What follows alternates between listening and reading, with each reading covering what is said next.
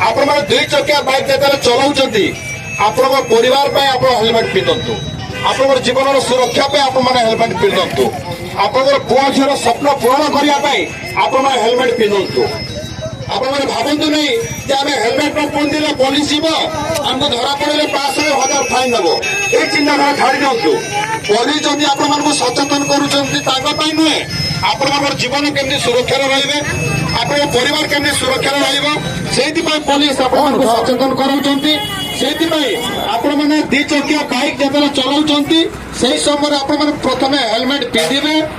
bike चलेबे पाख रास्ता हो कि दूर रास्ता हो और बाइक चलाइला समय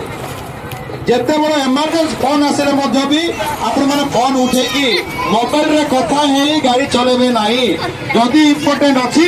रास्ता कड़े बाइक रखिबे तापर कथा होला आउ थे गाड़ी चलेबे एक द्वितीय नंबर जिनस 18 वर्ष रु कम वर्षर पुआ झील मानक आपण मैंने गाड़ी चलाइबा देवे नहीं यहाँ हूँ आईनगत अपराध जो मैंने जब 18 वर्ष रु कम वर्ष पिला गाड़ी चलाइबा दौरान से पिला जब धरा